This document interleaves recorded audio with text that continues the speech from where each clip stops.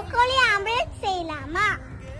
இது போல கட் பண்ணிக்கலாம். பட்டர் போட்டுக்கலாம், சில்லி போட்டுக்கலாம், ஆனியன் போட்டுக்கலாம், ப்ரோக்கோலி போட்டுக்கலாம்,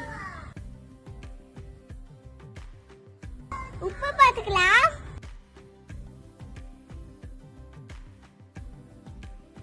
முட்டை வச்சுக்கலாம், உப்பு போட்டுக்கலாம், மஞ்சள் போட்டுக்கலாம், பெப்பர் போட்டுக்கலாம்,